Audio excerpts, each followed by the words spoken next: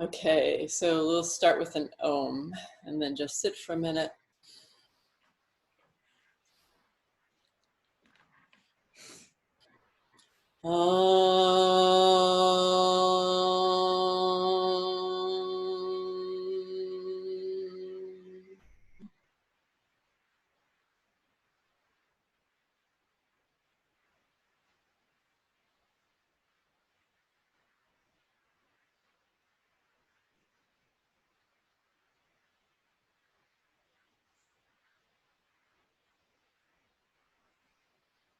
Okay, hi. So I know that Amanda emailed me that she didn't think she was going to be able to make it, and maybe some of the others will join up later. Um, we have Nishi is new in the class, and so I had been planning this class to break out into groups. Since we have fewer people than usual here, it's a good thing. Um, but also, since you were just starting, I thought, breaking out into groups and doing readings is maybe not I thought maybe we would start doing more exercises like with the cards, talk more about the cards themselves, because, and maybe if there's time at the end of the class, we'll do some breaking into groups. But I think the thing that the cards that probably most people have difficulty with, so, and I just have to say, I'm getting a lot of lag. Are you guys getting that also or not?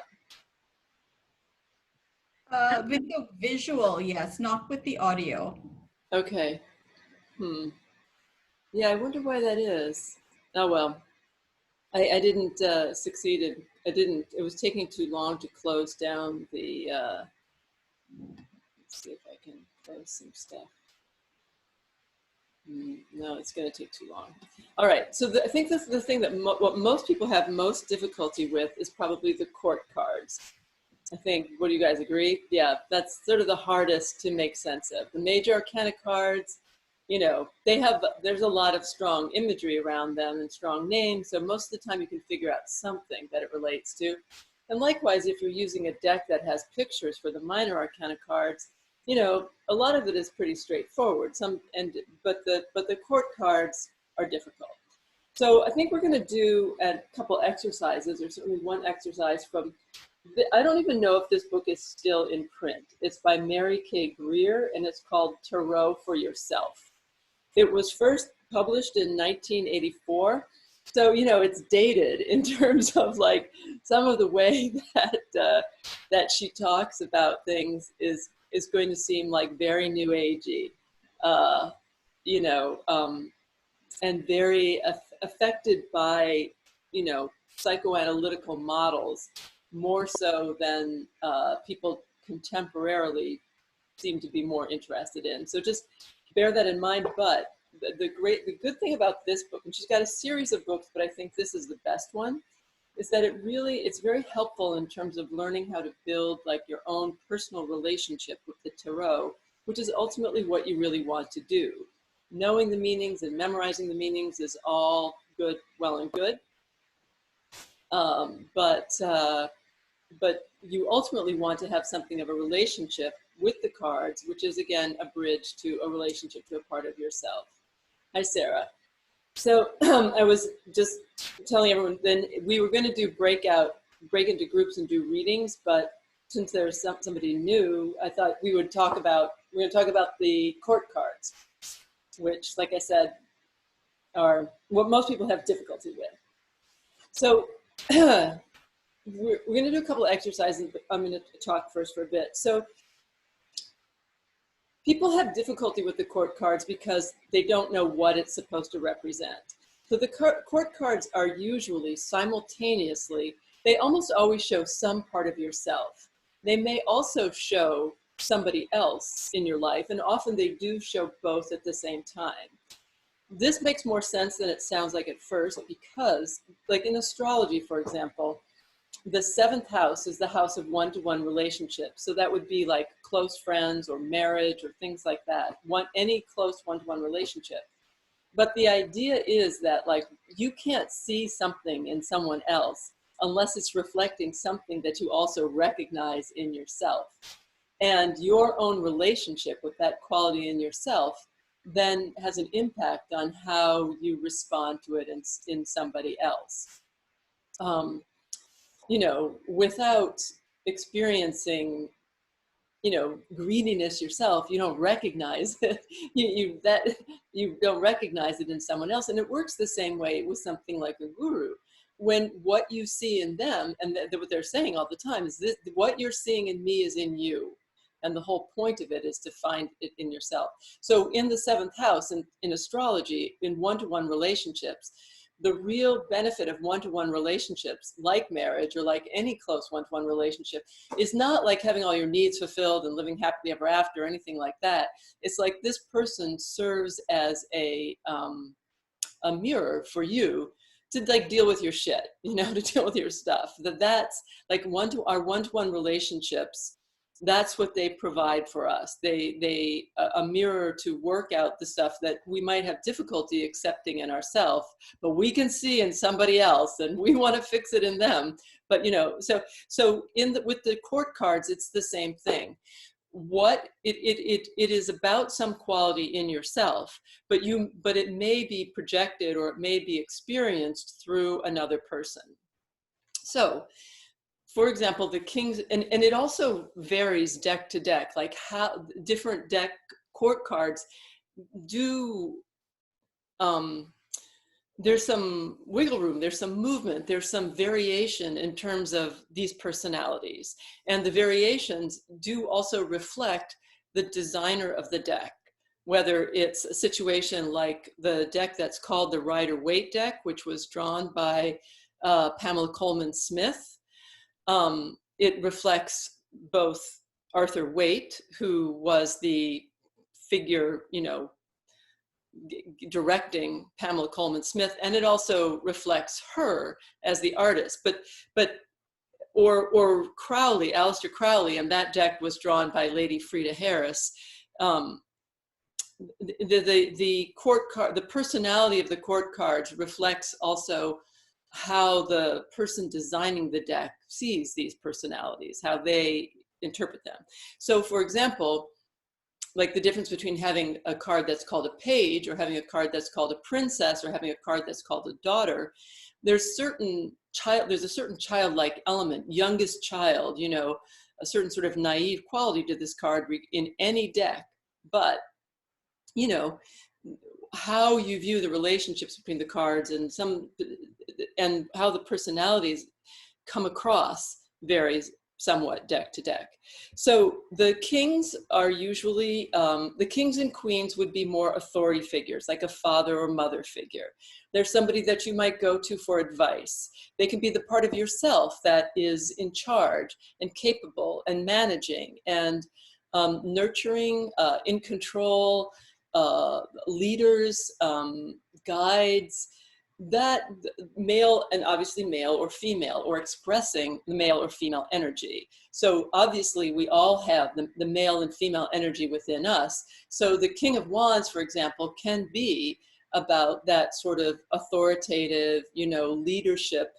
I'm the one who knows what everyone, can tell everyone what they should do and is comfortable taking control, part of yourself. It doesn't have to be a man around you, although it can be your boss, you know, or it can be the president of the United States if it's reversed. That is the current president. It's like that kind of quality. So the kings and queens have that sort of leadership quality. The knights, or they're called, Crowley calls it the prince, or the sun in some decks, is usually more active, impulsive, bringing new energy into the situation in a masculine sort of way, with some sort of hint of aggression. Although of course with the Prince of Cups, that aggression, it's not really aggressive, but there's a romantic troubadour quality has, you know, it's not aggression isn't the first word that you would use, but the cups and the pentacles being like earth signs that adds, you know, that softens the aggression. But nonetheless, there's an active quality to those, to the princes.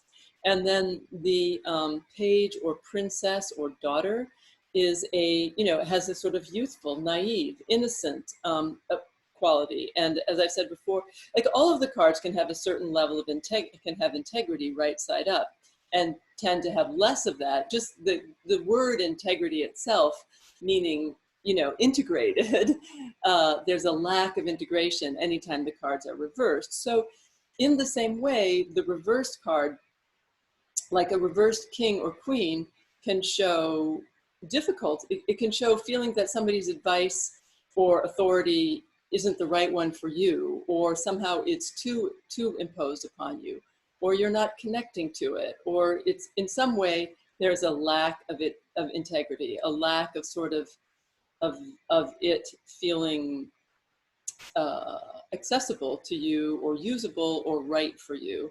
And similarly, that with the princes reversed, the energy can be too aggressive, or not aggressive enough, or, you know, not energetic enough. And likewise with the princesses, it can just be underexpressed, because again, it's the youngest card, so it can be more buried, or there can be again, that sort of not able to access or use that energy well. Let's see if there's anything to see. So I'll read some from this book. When the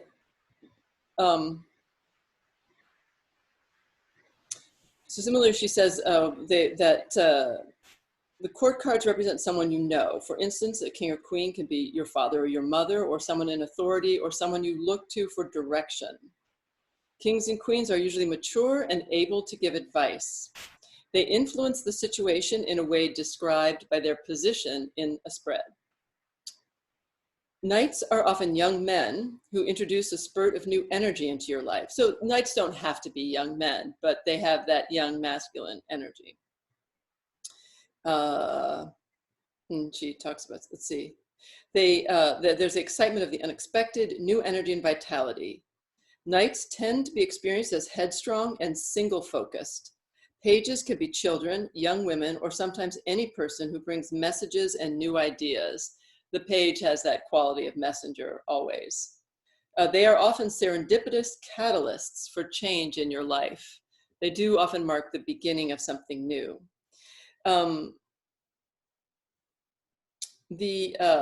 Let's see, the designs and names of the court cards vary among the various decks.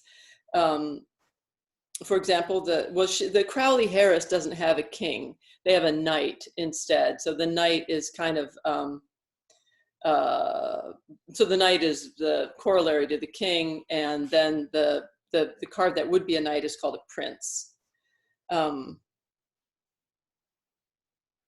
The Crowley-Harris page is called a princess and is a young woman or girl child with sensitivity and daring and the ability to take risks and explore new possibilities without fear. The Mother Piece deck features the shaman, the priestess, the son and daughter, thus bringing a magical feeling to the deck and suggesting that you have the ability to create your own future.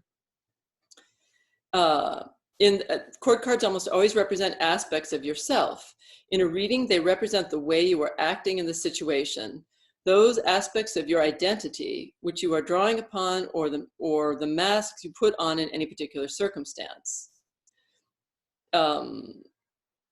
So it's those qualities of yourself, like the person in control, or the person who's daring, or the person who is willing to try new things, or the person who's nurturing. Those are the qualities that come out. Okay, a reading containing several court cards often refers to your interpersonal relationships and the many different roles you have to play. So I usually find that a reading with a lot of court cards shows a lot of people involved in your life at that time. And there's a lot of people influencing you, and she's right in that's a lot of different parts of yourself that you're having to integrate or call upon.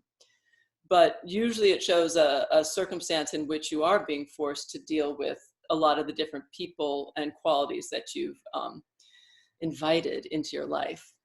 Okay, so now we're going to do an exercise, and and she has there's some other exercises. I think the kinds of exercises that she talks about are good for you developing your own relationship with the court cards. So everybody get out your decks and take a few minutes to sort through your deck and to pull out all of the court cards. Just pull them all out in any order and put them in front of you.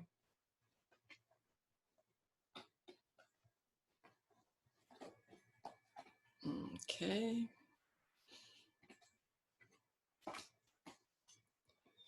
And I will, I'm going to bring up some of the court cards from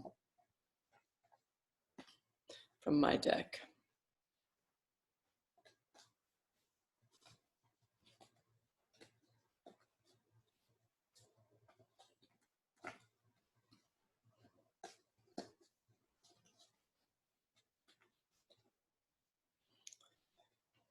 So you should have 16 cards when we finish.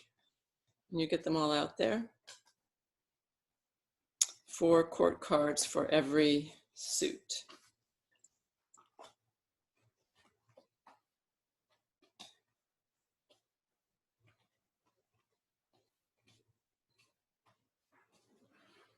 Missing one. And just put them out in any order.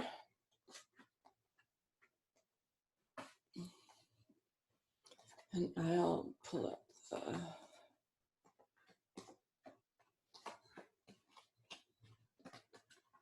I'm missing one. Yes.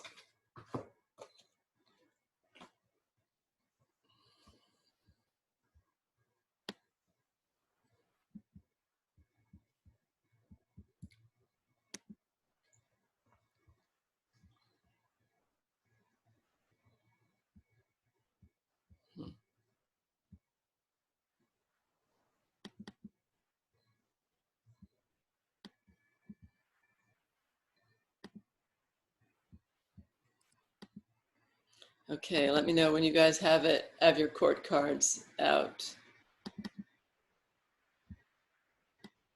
You have them?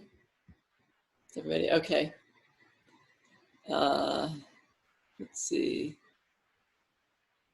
Where's your class? Looking for the cards.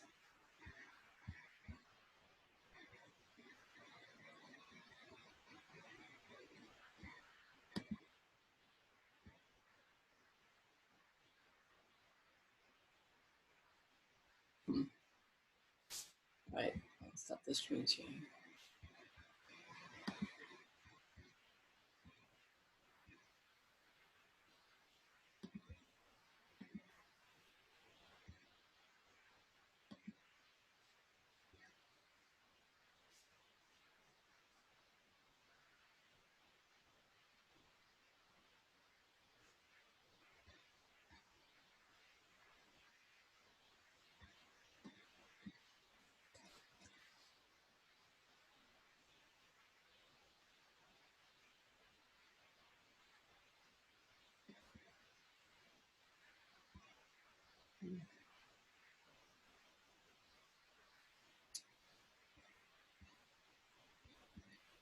I should not be able to find it. I decided last minute to do this, so not,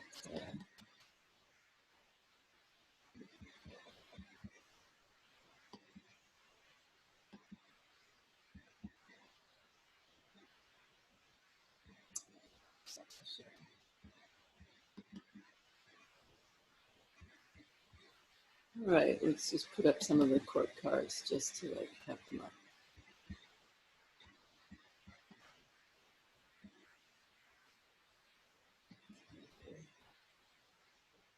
So,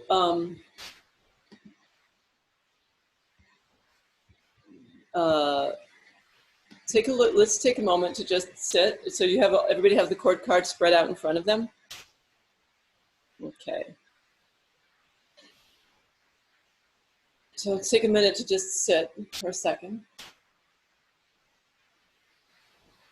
Take a deep breath in and let it go. Take another deep breath in and let it go. Then breathe up through the base of your spine up to the top of your head and back down. Breathe up from your right foot to the top of your head and back down. From your left foot to the top of the head and back down.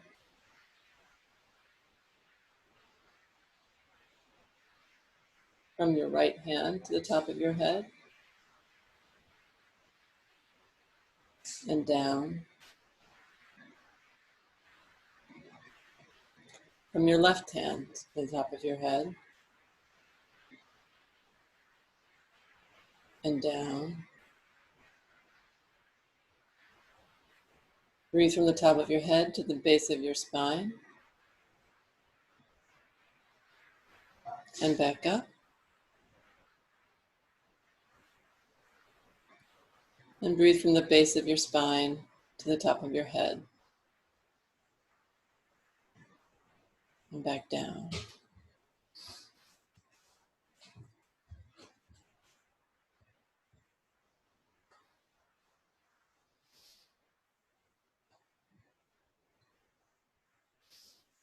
Sit for a minute and imagine, send your awareness just a little bit outside of yourself, as if you're watching yourself. And just see what kind of energy pattern you see there.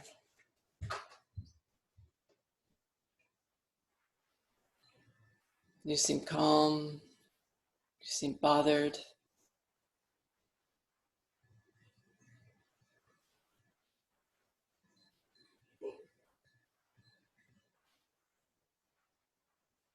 Okay, having a feeling for yourself, open your eyes and take a look. Let your eyes run over all of the court cards.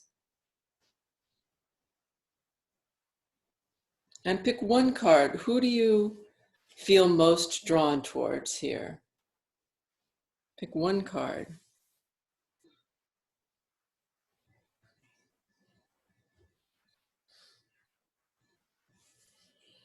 Okay.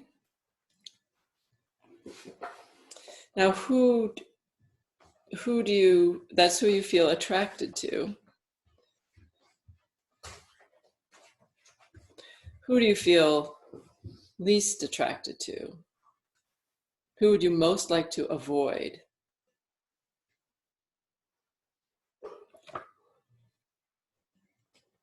Pick that card.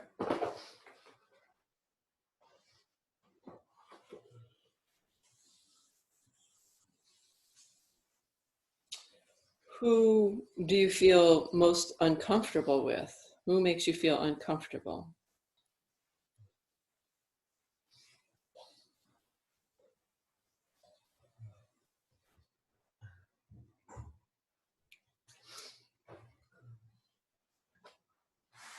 And who would you like to talk to?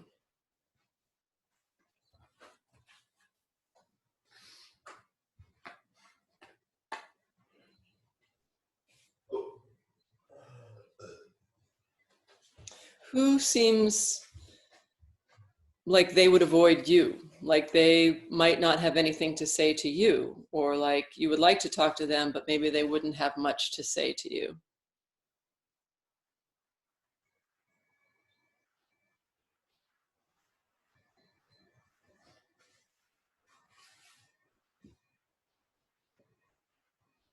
And who do you feel would most like to talk to you?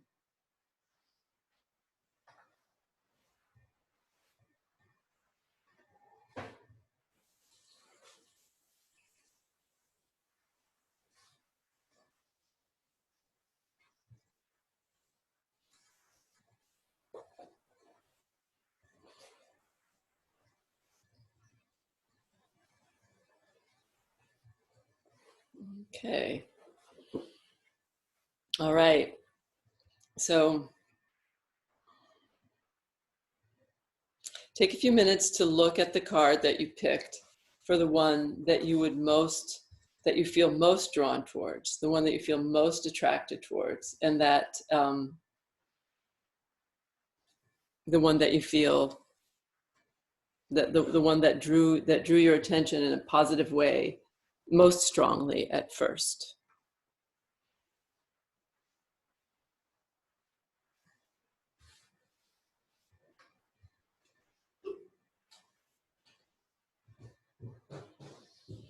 All right, so let's see.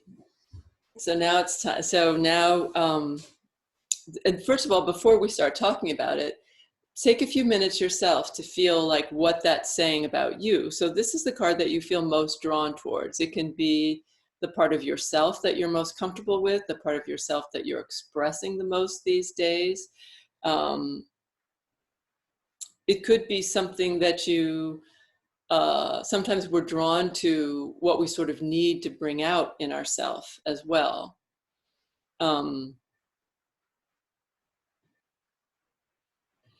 So take a few minutes to look at that card and think about think about what draws you to this card.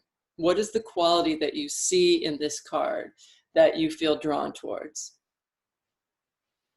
What kind of person does that seem to be? And what are you like when you're that kind of person? And are there any people in your life that seem like that person to you? But mostly think about what you're like when you're that kind of person. You don't have to have words for it, because it's more important that you have a feeling for what kind of being this card is, and what kind of being you are when you're expressed by this card. And how does it make you feel? Why does that feel good to you right now? That also tells you something about the card. It tells you something about the energy of this card and what it serves for. Because some days you may need the Princess of Coins, and other days you might need the Knight of Wands, or you might feel more drawn towards it. It's like, what is that energy about, and why is it serving? Why are you drawn to that right now?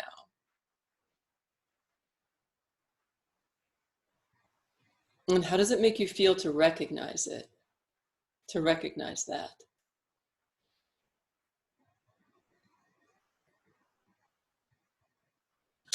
All right, so who wants to show first what their card is?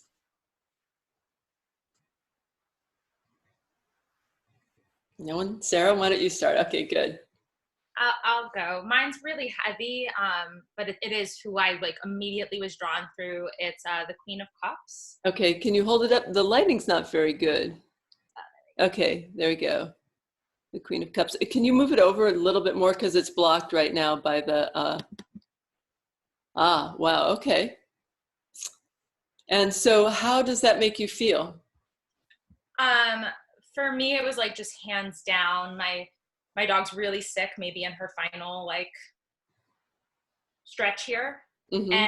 And it's just the place that I feel like all of my energy needs to be in right now, of a more mature connection to my own feelings, to my compassion with her, to like the dynamics in the house right now. And she just looks so like steady, and that's, I feel like, what I need right now, and where I need to be right now, like just to be able to own all the high emotions around me. Right. Or witness them without being swept into them. Pardon me? Or witness them without being like swept and pulled by them. Right. Like the way that the Queen is looking at the cup, but there's also kind of offering, like the way that sort of offering us nurturing to your dog. Absolutely. That, and exactly, both for me of like having the steadiness to be able to handle like what I'm feeling, but being able to take care of her and focus all of that in her as well. Yeah. So, and how did it feel, the exercise in terms of choosing that card? How did it make you, what did it bring to did it help crystallize both your feelings about the card and your awareness of where you are right now? Yeah, absolutely. Right. Yeah, really helpful. Yeah. So that's why doing this kind of exercise with the court cards, you want to have more than any card, you want to have a personal relation. You want to understand your personal relationship. You want to know what it's like when you feel like you're this person and who these people could be in your life, who you relate them to. Yeah, it was actually very, very helpful. Like after the whole exercise was done, I was like, oh wow, that is like the only card that speaks to who I am right now. Like that is hands down my life right The at this card. moment. Mm-hmm. Yeah. Okay, Tina, do you want to talk or share with us, or would you rather not? Hello. So Hi. I got the Queen of Swords. I don't know how to say it right, but Queen of Swords, that's Swords. right. It's okay. Yeah. Uh-huh. Another queen. And how did that feel? How did you and I know that like English not being your first language, you might or might not be comfortable. So just by all means, if you don't want to talk, just let me know.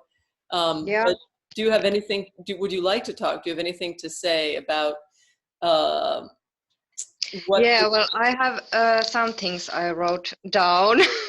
Okay.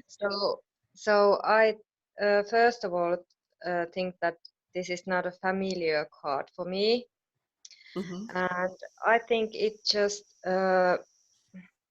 was drawn because there's so much open possibilities, but also something like very limitless power, I feel. Mm-hmm.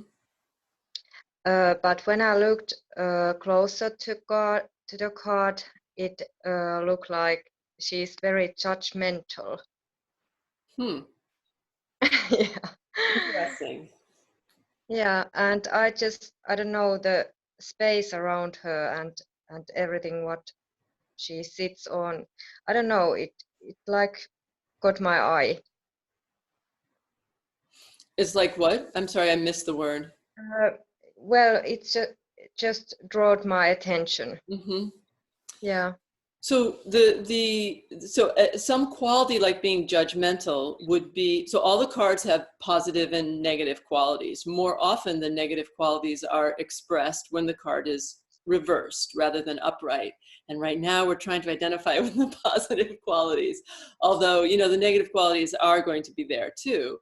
The Queen of Wands, the Queen of Swords she's holding a queen holding a sword, and you have the Rider-Waite deck, and drawn by Pamela Coleman Smith.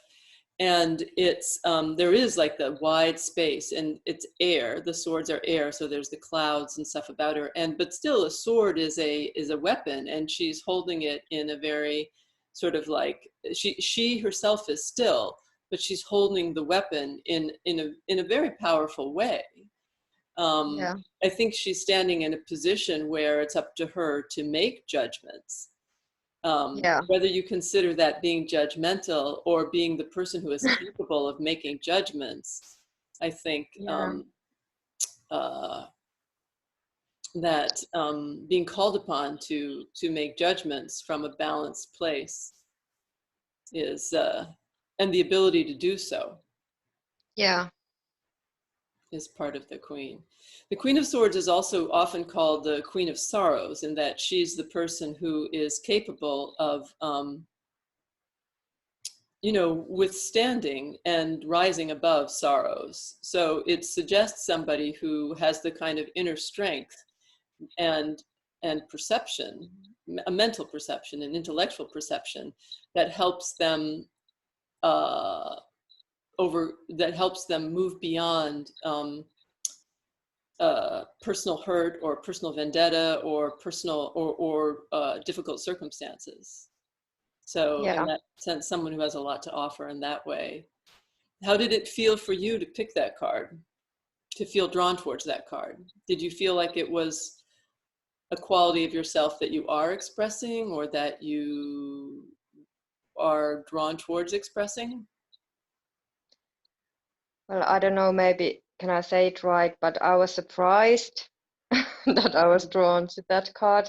And now that the things what you're saying sounds very nice, because I think it's something got to do with me. Something that Yeah. does have to do with you or doesn't have to do with you? Does have to do with Has to do me, with you. especially like last few days. Yeah, yeah. Well, it's a very good card to draw in terms of your ability to move gracefully through difficult circumstances. Yeah, thank you. You're welcome. All right, Nishi, you're up. What card did you draw? So I also drew the Queen of Swords. Wow, okay. For very different reasons. I felt that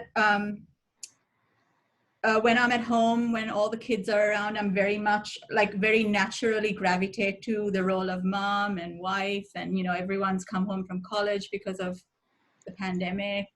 And You do I not feel look, I just have to say, you do not look old enough to be having kids who are in college. I'm sorry, I just had to put that in there. so Okay.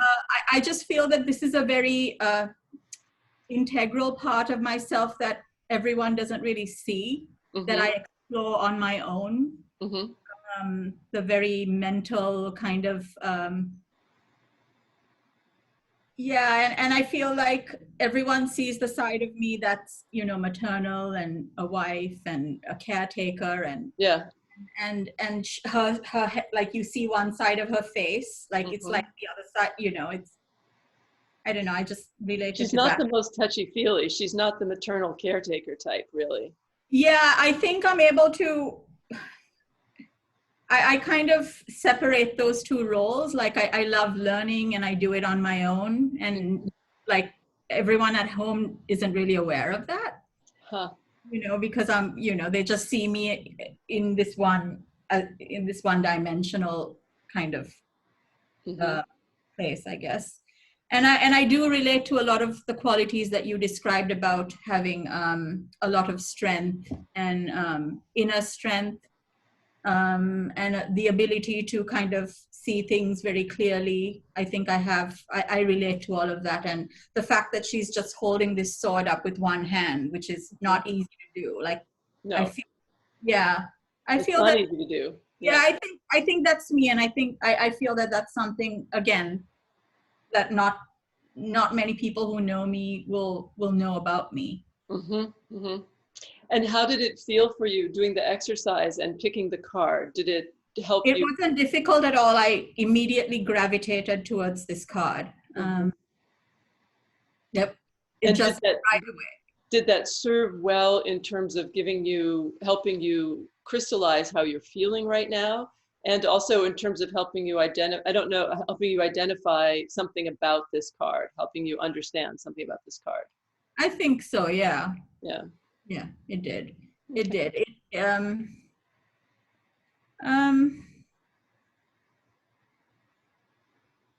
Yeah, it did. Okay, good.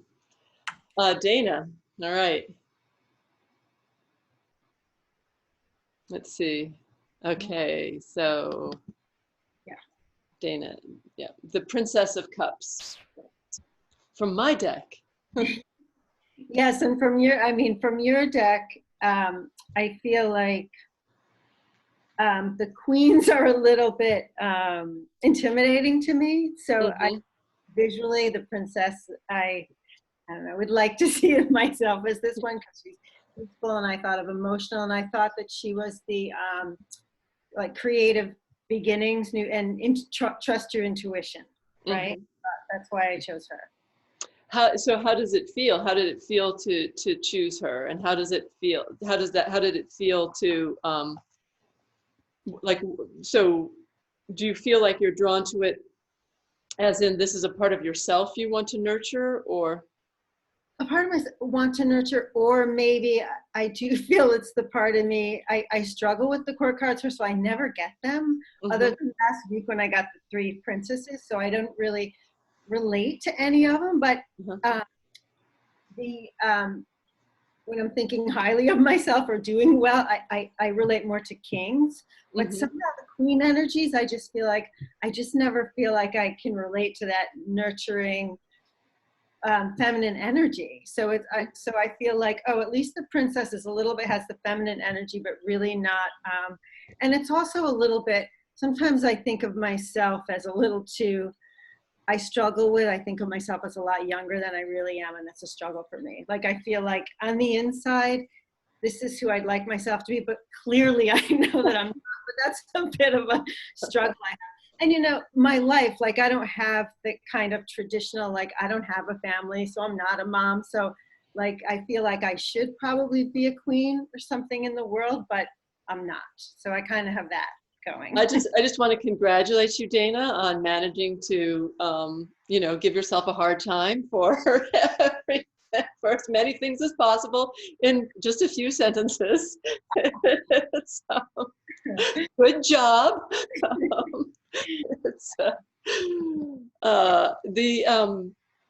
so how did it? So all this is all that aside, all of the issues of not being a queen and instead being a princess aside, how does it feel to, how do you feel to connecting to that card? How do you feel as you like identifying with that card? How does it feel like so this is the card that you were most drawn towards. If this is a part of yourself, how does that part of yourself feel? How would you describe that part of yourself? Or how would you describe this person in the card? How would you describe the person in the card? I would say that's the part of myself that I always have been and hang on to, that not the one that's out in the world, but really just the one like deep inside. Like, that's my, I think that is my strength, like the emotional clarity. And it used, like, I feel like I had an ability to manifest. Like, I thought secretly, and that's like, I used to have that kind of power, and that's how yeah, so that felt like, oh yeah, maybe that's the idealized me, but a little bit, I do believe that felt like that was me. I think that the princess is, it's significant that you would say that, I mean, you often identify with the king energy, but like right now, you know, you're sheltering in place and you're also at home. The princess energy is an appropriate energy to also identify with in a way, and especially like the Princess of Cups and the Princess of Coins both have that manifesting quality, but it's a beginning manifesting. Like with the Princess of Cups, it's also like there's a certain quality that is similar to that of meditation, where like it's not like there's a need to manifest or act. There's a waiting for the cup to fill, and allowing and watching while the cup fills too. I do think it is a lovely and creative and card, and also one that is self-reliant, that doesn't really need to look to others in a way that's not self-centered. That's very involved with the beauty of an internal reality. Yeah. So doing this exercise and picking the card that you feel drawn towards, how does that feel in terms of how that makes you feel about yourself, and also in terms of like feeling a connection to the card and starting to feel like you maybe understand something about the card? I feel, I do, now that you explained it, I definitely feel like I can relate to it a lot better than what I was thinking I was picking. That makes sense to me, what you just said. So maybe I was just visually attracted to it, but that does, I feel like that's probably appropriate. But I think for now. Yeah. Okay. All right. So then let's go on to the card that you were sort of least drawn towards, or that you liked the least, or that you felt the most like you know, the most aversion to. So Sarah, let's see. Okay, just a sec. I'm going to put you in the front here. So you picked the Knight of Swords. Yep, the Knight of Swords. Okay, well, that's definitely a very different energy. I just was saying, so did I. It's a very different energy from the Queen of Cups. It's a totally different energy. So so tell us a little bit about what that brought up for you to realize that that's He just seemed like, first of all, just holding a sword. Like, I want to be so gentle and soft and tender with myself and tender with her. And so to have this like sharp, like, it felt angry. It felt like, you know, maybe ready to make a decision that I'm not at all ready to make at this moment. Like, I don't feel like being brash. I don't feel like being sharp. I don't feel ready to charge or anything. Like, I just want to like be cozy. right. So like, it also felt very appropriate too, that this card should be like this is not, this card yeah. can be in the world but is not you right now. Exactly. Yeah. The So opposite of what I want to feel is that card right now. Right. But so then it helps, so then in another reading that helps give you like, so can you think of like, if you can also think of like other people who are like this card, can like in your, does it help give this, so it helps give you some idea of what this kind of person would be, should it come up in a reading, or should it come up for you, what it would be saying about like an energy required or an energy that you're trying to express? Absolutely. Yeah. Yeah. Much clearer. Okay. Tina, do you want to show us what card you picked that you were least drawn towards? Let's see, I can't see. Wow, you picked the Queen of Cups. Yeah. That's interesting. Why don't you tell us what that means to you, and why, how does it, so why did you want to avoid I can't hear you all the time, so. Oh, why did you want to avoid that card? Sorry. Maybe. Tina, can you hear?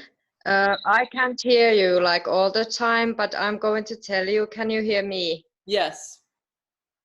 Yes. Okay. It was kind of, I didn't choose it immediately. And I was surprised also this time to pick that card. And I think it's because I'm tired of all the feelings and what relates to feelings and feeling stuff. And it probably is about me, but also I thought of one of my friends whose emotions I'm kind of feeling like responsible, some part of. So that was what I was thinking. Like too much, yeah. Yeah, so Tina, that makes a lot of sense with the Queen of Swords, like wanting to be able to experience and accept the emotions without having to like totally dive into them, wanting a little bit of that intellectual distance, like awareness of emotion, but also in some sense, the Queen of Swords has a little bit, is more power over the emotion in the sense, not power over, but power with the emotion, the power to still act in the face of emotion, and the power to make judgments. That's where you might be also feeling judgmental, but the ability to continue to make judgments and not to just like be like drawn into the emotional whirlpool. It does make a lot of sense that you would be calling upon a different quality of there's a different quality of yourself that you feel is important to bring about right now than that sort of like, you know, deep dive into the feeling state. Yeah, thank you. You're welcome, sure. All right, Nishi. So I picked the King of Pentacles. Oh. I just feel like he looks really smug and full of himself. Yeah, and so it's interesting. So it's interesting, and he does kind of. There's a certain sort of like smug and full of himself. There can be. He's so. How did it feel to? So who do you associate that with a part of yourself, or is there someone you associate with that in your life, or does it feel totally distant from you?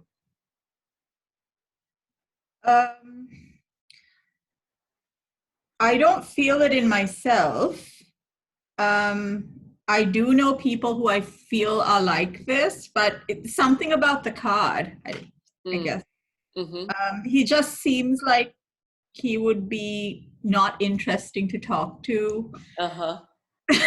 Well, I mean, he's the Pentacles, the Earth signs essentially always have that. They're like, you know, there's grounded, but grounded can become stuck in the mud too. Yeah. So, and the card that you picked was the Queen of Swords, right? Yeah. So the Yeah. King of Coins too, or the King of Pentacles, is kind of like the most,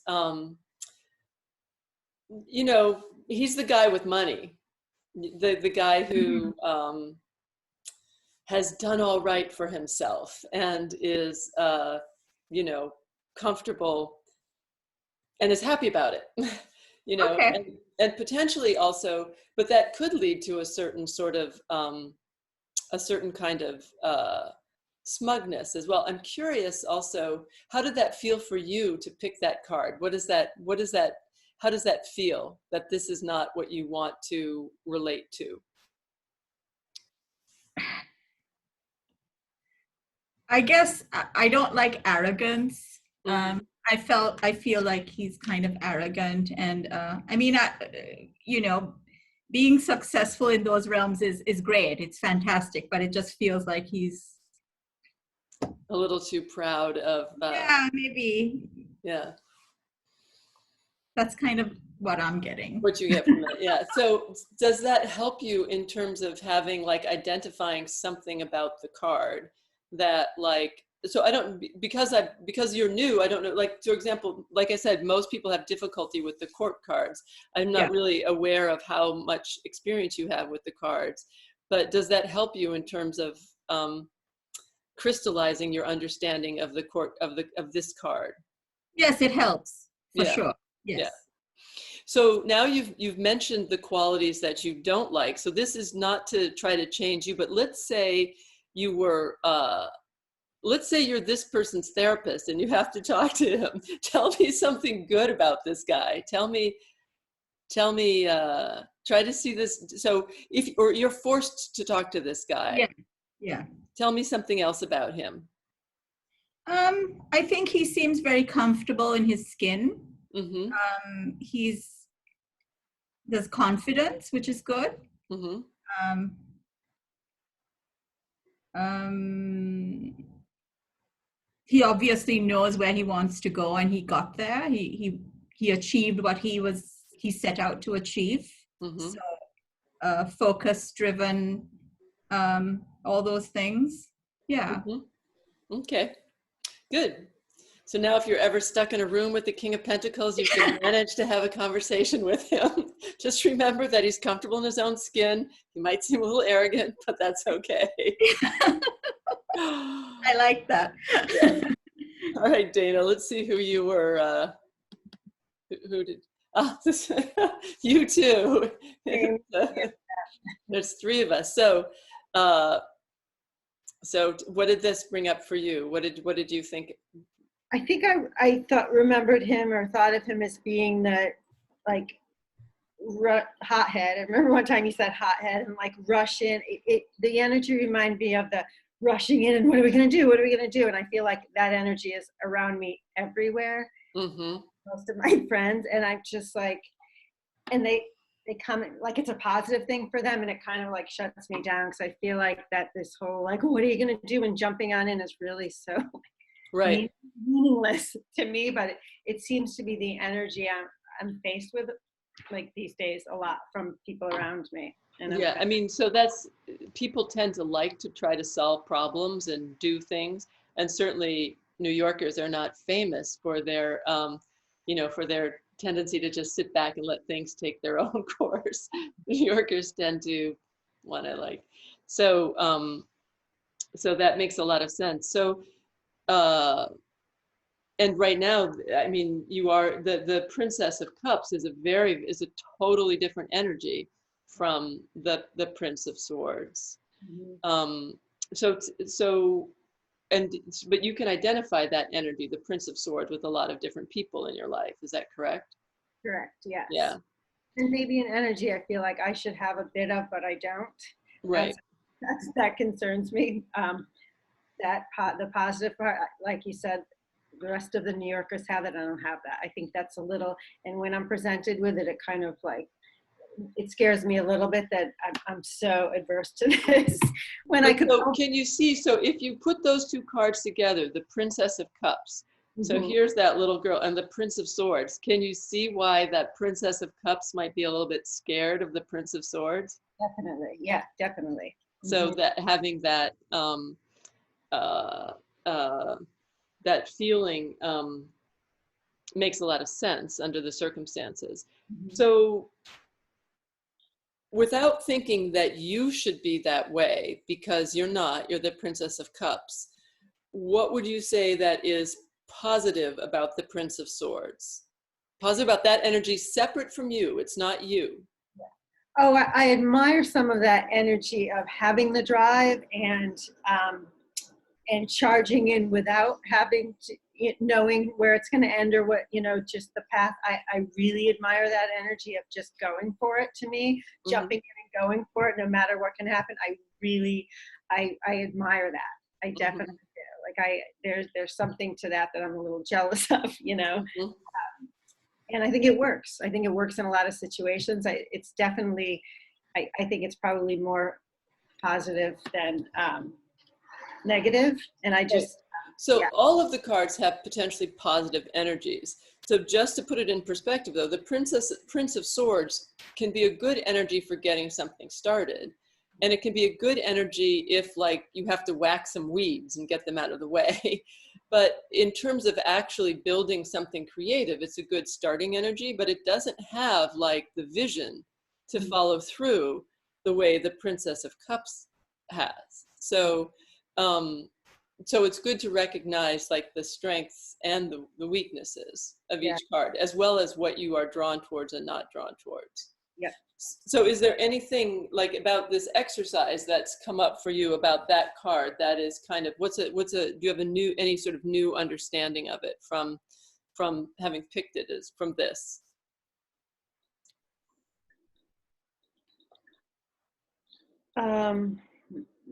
No, I don't think so. It just fits what your understanding of it already was. Yeah, I think so. Yeah, I didn't much other than being aggressive. That's the only thing I knew of it before. I think it's aggressive energy, but. And how does it make you feel to sort of recognize that this is an energy that you want, to see those two cards together, the Princess of Cups and the Prince of Swords, and to identify that energy as one that you don't want to interact with? Yeah, maybe there just needs to be a little balance for me, maybe there's a little too much of going back and forth between opposites. Right. So I'm just because these two are so radically different from the others, I would just be curious, what card, just looking at the other cards, who would you pick to help you mediate the difference between those two cards? I would say the King of Cups. The King of Cups. And what is it that you see in him that makes it, that's interesting because that's a king. So that's calling on a certain kind of in charge energy. Yeah, an authority figure on, I know someone who's achieved something through his emotion, maybe like an emotional advisor, maybe like a therapist or a somebody with the knowledge that I need. So I would say that also right now, it's the Princess of Cups is like a perfectly fine energy, and there's not that much you could do as the Prince of Swords. But it might be interesting for you to sort of spend some time with the King of Cups, just looking at the King of Cups and thinking about that energy. Like when times come up that when you feel like you need, when maybe you should be talking to the Prince of Swords, Yeah, King of Cups. Yeah. Okay. Does anybody have any questions or comments or anything else they want to bring up about?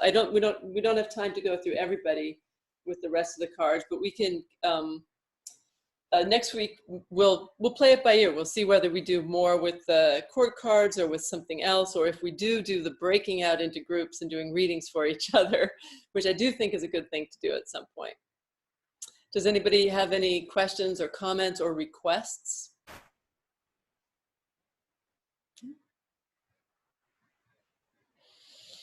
I just have one thing that maybe you could talk about. What it means if there is either like a whole suit missing, or in a reading, like it's obvious if it's about all coins or all cups, but either if it's perfectly balanced, like your reading last week was perfectly balanced with all the suits. Mm-hmm. That confuses me as to what the main thing is. And then also, or if there's like a lack of a suit, like, does that mean anything specifically? Yeah, yeah, it does. It definitely means something. I have So each of the suits has, you know, like if you get a reading that's really balanced with them all, then it tends to show a situation in which it tends to show you at a time when there's a balance of energies, and that's generally, it would be a good thing, you know, that you are both dealing with the physical, you are bringing your emotions appropriately into play, and you have appropriate energy, you know, energy, and your mind, your intellect too, that you're bringing all the parts of yourself into, all the parts of yourself are in play here. If a suit is missing, then it can indicate that that part, it doesn't have to be a negative, but it would indicate that that part of yourself is not really active in the situation that you're doing a reading about. So if you do a reading about an emotional situation, for example, and you don't get any cups, you know, which would tend to be about your emotion, you know, it would say that, like, it would tend to say, so say there's a lot of swords and wands and earth, you know, coins. So you would be a little bit obsessed with aspects. You obviously would not be dealing with the emotional reality on some part. Now, that might be appropriate. You might be dealing with a lot of problems in a situation that's bringing up emotions, and it is calling to mind all of the very real circumstances, coins, that are kind of like worrying you, swords, and that your energy is having to go into wands.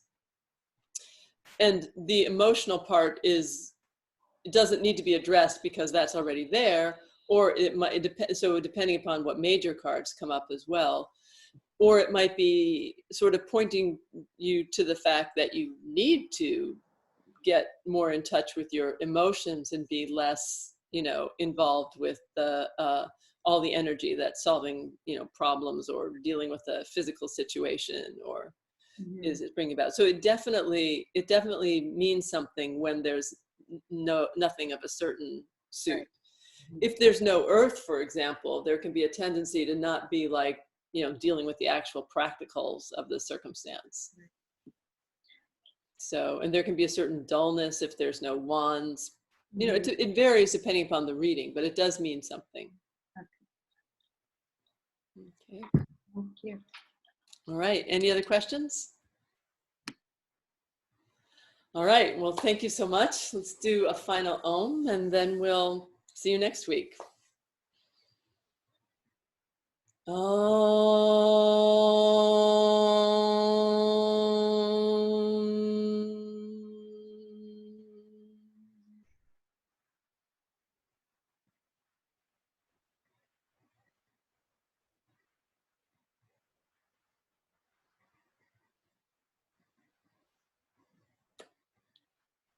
All right. Thank you. See you next time. Thank you.